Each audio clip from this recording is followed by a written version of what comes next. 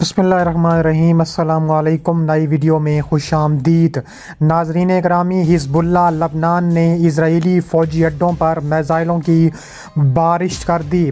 ہسپتال پر وحشیانہ حملے کا منہ توڑ جواب، ایران اسرائیل جنگ میں کود گئے۔ ویڈیو کی تفصیلات میں آگے بڑھنے سے پہلے ہماری ویڈیو کو لائک کر دیں، چینل کو سبسکرائب کر کے بیل آئیکن پر ضرور کلک کر دیں۔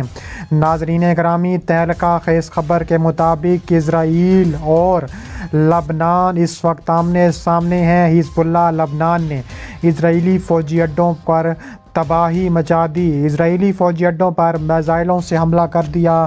ہسپتال پر وحشیانہ حملے کا منہ توڑ اور تابڑ توڑ جواب سامنے آ چکا ہے۔ اسرائیلی فوج نے اعلان کیا ہے کہ اس نے ٹینک شکن میزائل داغنے کے جواب میں گزشتہ رات حزب اللہ کے متعدد فوجی اہداف پر بمباری کی ہے۔ ٹائمز آف اسرائیل کے اخبار نے اس سے قبل ہفتے کے روز اطلاع دی تھی کہ کل لبنان کی سرحد پر ایک فوجی مارا گیا تھا۔ اخبار نے اسرائیلی فوج کے حوالے سے بتایا ہے کہ 22 سالہ فوجی ٹینک شکن میزائل حملے میں مارا گیا۔ اسرائیلی فوج نے ایکس پلیٹ فارم پر لبنان میں حزب اللہ کے ٹھکانوں پر بمباری کے مناظر شائع کیے ہیں۔ اسرائیلی فوج کے ترجمان اخیائی ادرائی نے بتایا ہے کہ جن اہداف کو نشانہ بنایا گیا ان میں عسکری مقامات کا ایک سلسلہ بھی شامل ہے جو حزب اللہ آپریشنل مقاصد کے لیے استعمال کرتی تھی۔ انہوں نے مزید کہا کہ فوج نے ایک اینٹی آرمر لانچر کو بھی نشانہ بنایا جو سرحدی علاقے میں نصب تھا اور اس کا رخ اسرائیلی علاقے کی طرف دکھایا جا رہا تھا۔ اس کے علاوہ لبنان کی قومی خبر رساں ایجنسی نے اطلاع دی ہے کہ اسرائیلی توپ خانے کے ارد گرد کے علاقوں پر بمباری کی گئی ہے۔ جنوبی لبنان کے مغربی سیکٹر کے دیہات اس بات کی تصدیق کرتے ہیں کہ اسرائیل نے فاسفورس گولوں سے نشانہ بنایا۔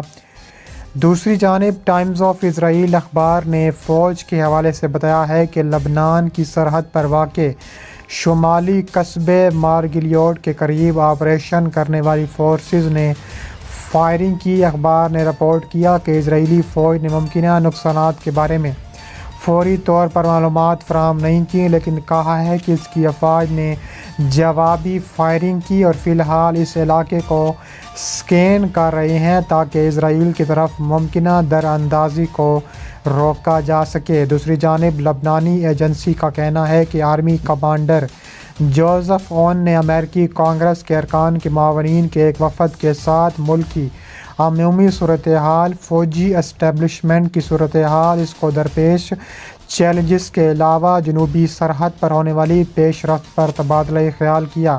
اس سے قبل اسرائیلی فوج نے اعلان کیا تھا کہ راکٹ داغنے کے جواب میں جنوبی لبنان میں حزب اللہ کے بنیادی ڈھانچے کو نشانہ بنایا گیا ہے۔ اس کے علاوہ لبنان میں جھڑپوں کے بعد اسرائیلی فوج کا شمالی شہر کو خالی کرنے کا حکم جاری کر دیا گیا۔ اسرائیلی فوج نے شمالی شہر کریات شمونا کو خالی کرنے کے منصوبے کا اعلان کیا۔ یہ لبنان کے ساتھ سرحد پر حزب اللہ کے جنگجوؤں کے ساتھ کئی دنوں کی جھڑپوں کے بعد ہوا۔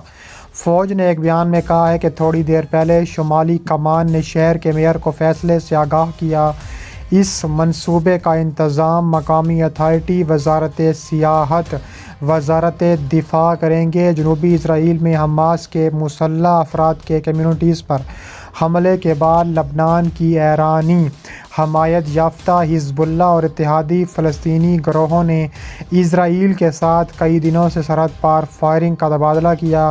اسرائیلی حکام کے مطابق مذکورہ حملے میں کم از کم 1400 افراد ہلاک، جن میں زیادہ تر عام شہری تھے۔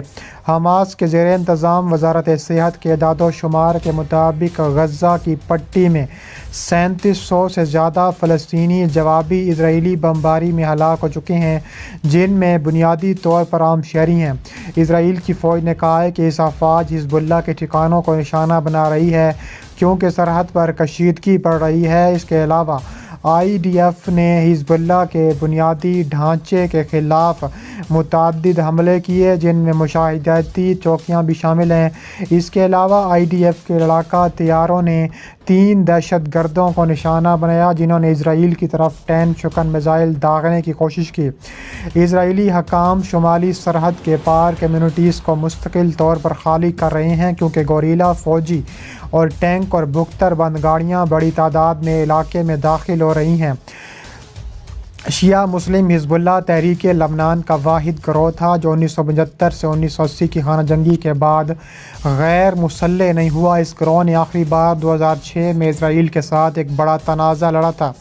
اس جنگ کے نتیجے میں لبنان نے 1200 سے زائد افراد ہلاک ہوئے جن میں زیادہ تر عام شہری تھے اور اسرائیل میں 160 زیادہ تر فوجی شامل تھے۔ اس کے علاوہ مزید کہا جا رہا ہے کہ بائیڈن کا غزہ پر اسرائیل کے حملے میں تاخیر کا عندیہ دے دیا گیا۔ امریکی وائٹ ہاؤس سے منسوب ہفتے کے روز سامنے آنے والے موقف میں بتایا گیا ہے کہ امریکی صدر جو بائیڈن نے اسرائیل کی جانب سے زمینی کارروائی کو منتقل کرنے کے بارے میں سوال نہیں سنا اور سوچا کہ اس بارے میں کیا وہ مزید یرغمالیوں کو رہا کرنا چاہتے ہیں۔ خبرساں ادارے نے بائیڈن کے حوالے سے کہا ہے کہ وہ چاہتے ہیں کہ اسرائیلی مزید یرغمالیوں کی رہائی تک غزہ کی پٹی پر اپنے ممکنہ زمینی حملے ملتوی کر دے۔ حماس نے جمعے کے روز 2 امریکی یرغمالیوں کو رہا کیا ہے اور مزید سویلین قیدیوں کو رہا کرنے کا امکان ظاہر کیا جا رہا ہے جبکہ اسرائیل نے 14ویں روز بھی غزہ کی پٹی پر بمباری جاری رکھی ہوئی ہے۔ مسلسل بمباری کے ساتھ غزہ کی ہر طرح سے کی گئی ناکہ بندی کے باعث وہاں کے باشندے دوہری مشکلات میں مبتلا ہیں۔ حماس نے ایک بیان میں اعلان کیا کہ اس نے یرغمال بنائی گئی امریکی ماں بیٹیوں کو انسانی بنیادوں پر رہا کیا۔ انہوں نے زور دے کر کہا ہے کہ یہ قدم قطری کوششوں کے جواب میں کیا گیا۔ اس کا مقصد امریکی عوام اور دنیا کے سامنے یہ ثابت کرنا ہے کہ بائیڈن اس کی فاشسٹ انتظامیہ کے دعوے جھوٹے اور بے بنیاد ہیں۔ امریکی صدر جو بائیڈن نے جوڈتھ رائی رانان اور نتالی شوشنا رونائی کی رہائی پر اپنی بے حد خوشی کا اظہار کیا۔ ریڈ کراس کی بین الاقوامی کمیٹی نے دیگر یرغمالیوں کے خاندانوں کے لیے اس پیش رفت کو امید کی کرن قرار دیا۔ ریڈ کراس کی بین الاقوامی کمیٹی اور ان دونوں مغویوں کو رہا کرنے پر لے آئی جہاں ایک اسرائیلی ایلچی ان کا انتظار کر رہا تھا۔ انہیں وسطی اسرائیل کے ایک فوجی اڈے پر منتقل کر دیا گیا۔ ہر یرغمالی کو رہا کیا جانا چاہیے اور یہ بھی ابھی ہونا ہے۔ فرانسیسی صدر ایمینوئل میکرون نے زور دے کر کہا ہے کہ پیرس آنے والے گھنٹوں اور دنوں کے دوران مزید اسی طرح کی کارروائیاں جاری رکھنا چاہتا ہے تاکہ یرغمالیوں خاص طور پر ہمارے یرغمالیوں کو وہاں سے نکلنے دیا جائے۔ قطری وزارت خارجہ کے ترجمان ماجد الانصاری نے کہا ہے کہ یرغمالیوں کی رہائی کے حوالے سے قطری مذاکرات اسرائیل اور حماس کے ساتھ جاری رہیں گے۔ ہمیں امید ہے کہ یہ کوششیں تمام اقوام کے تمام سول یرغمالیوں کی رہائی کا باعث بنیں گے۔